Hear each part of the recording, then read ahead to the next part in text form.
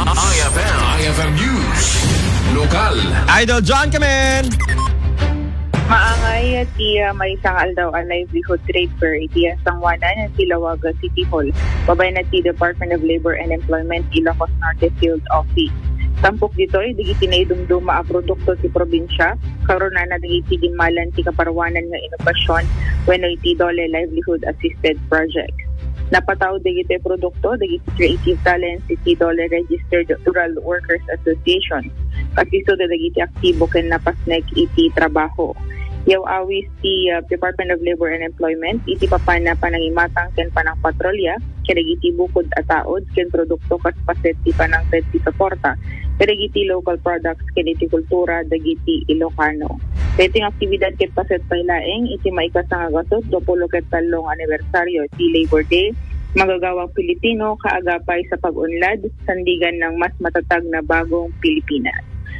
Makita dito ay Bernard dagiti produkto na dagiti handicraft adadamot dagiti sa mga mamano nga natnateng dagiti hanunay nga magatang kadagiti tiyandan dagiti exotic adamit dagiti suka dagiti na artem nga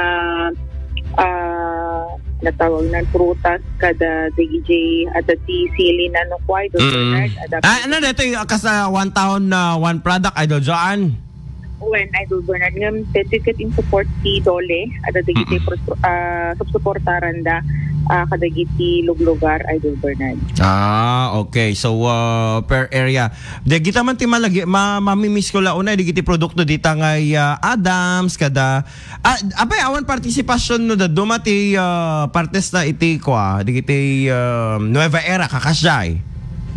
Ano road medyo dati rigat da Idol Bernard dumakit awan ti mapataod da no handa nga makiparparticipate Idol Bernard sa magmamanulaeng ada ti trade fair nga naangay iti dakila mo late di DJ sa laing tinaudin nga nakipagpasetan da Idol Bernard ngam ko digiti ko basit da nga lugar ket man tayo nga makita isu da Idol Bernard supay pwede da katangkayat or nagana narigat nga lako digiti lako da ano kas pagarigan Idol Bernard iso nga masapol talaga nga masuportaran digiti tatatak when agsubli ko mat one town one product ni ngamin kasi like for example no ibagam nga sa Nicolas anat sumrek kang ka tapanunot mo Idol Joan dati chicharon ken longganisa Idol Bernard kitam digita di ba no mapangkat sa Nicolas kita chicharon bagnet kasjay dati banga wala nagiti panagdamili panagaramid ti bricks mino anyaman mapukpukawen digitoy di amen inot nga mapukpukawen so masapol nga agbiag digitoy babaen ti of course agritourism ken digitoy trade fair tapno maipakita iti produkto ti San Nicolas. Example na natin ang San Nicolas Ilocos Norte at no ibagam nga San Nicolas panagdamili nga dagos si mga no ibagam masarat panagtupig kasakasday ayan. Di ba? Kasi nakuan Idol Joan. At inabel nga produkto da sa side. Ayan. Like for example, ibagam nga pidig basi. Ada ba basi ta pidig tata? Na dati ko of Idol Bernard makita ti sentro da ti product. Wan nga adate product nga basi ti pidig datan? Iti City Hall Idol Bernard one time makita. Kaya nga di ba? Yun sana dati trademark nga pakakitaan. Like for example, Lawag City, ano man ti Lawag? Suka. Suka Idol Bernard. Di ba?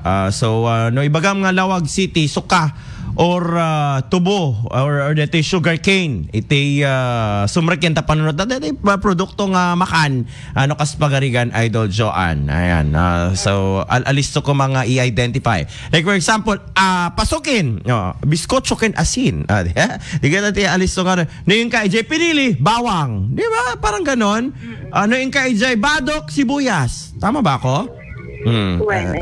Parang ganun may identity. Paway. Ano aday ta paway no kwa?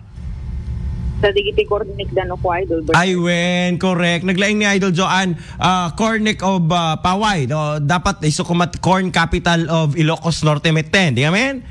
something like that. O pinili, of course, bawang, abel, or paway may adamot abelda kasay nagadung mga produkto nga mabalin nga share kadetoy Department of Labor and Employment celebration iti dayti nga bulan ti Mayo. Okay? Any more, Idol Joanne? Medyo pala yung Damag, Itilawag City Hall, Kaluway 99.5 Tilawag, Idol John 15, Tatak.